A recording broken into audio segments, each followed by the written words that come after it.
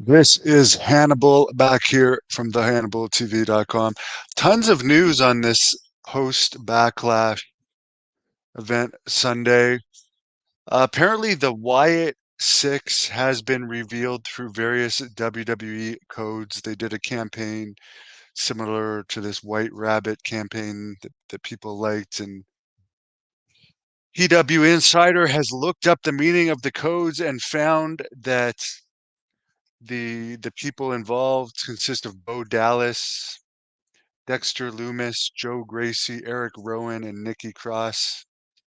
Bo Dallas, who there's a bunch of interview clips with on this channel. It's Bray Wyatt's brother. You could check up the link of him talking about Bray Wyatt in the description of this video.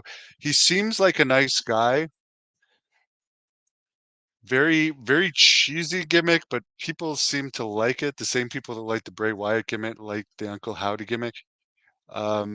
He botched the finish to the one match he had at Royal Rumble, not this year, but the year before. He completely missed.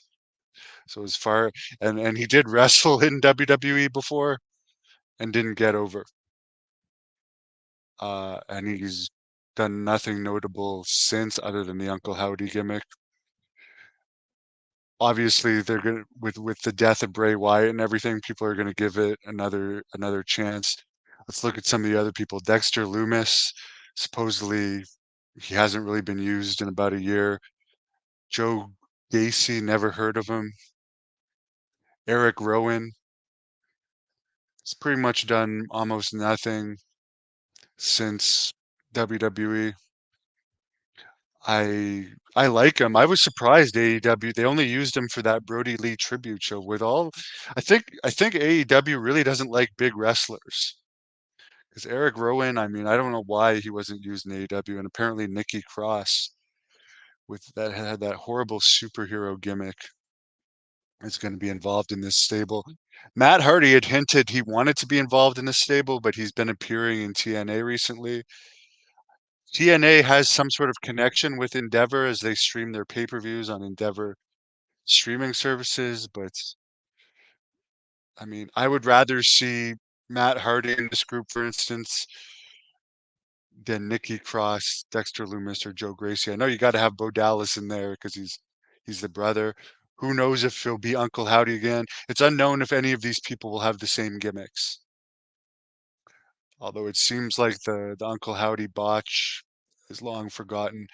74-year-old Jerry Lawler, who had a stroke in February 2023 and a famous heart attack at the Raw in Montreal years ago, is recovering well overall from his stroke, he said recently.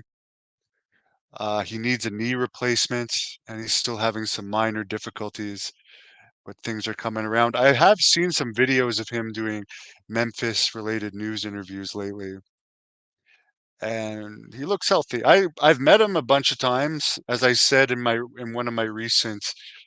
I've done a bunch of book entries lately for my draft book, and I did two recently. I'll just put up the graphics talking about all these friggin' wrestlers I've worked with, and it's going to go on to three. I've been trying to keep it as short as possible of me talking about all the famous wrestlers I've had interactions with, and I did not realize how many there were. Still have to do another entry on it. WrestleMania, the reason why apparently it was supposed to be in Minneapolis under the Vince McMahon era, it was going to be in Minneapolis, but it's the new regime TKO that's based in Vegas that wanted it in Vegas, and apparently they got some type of good deal for having it in Vegas Easter weekend because that's usually a bad weekend in Vegas, as I previously stated.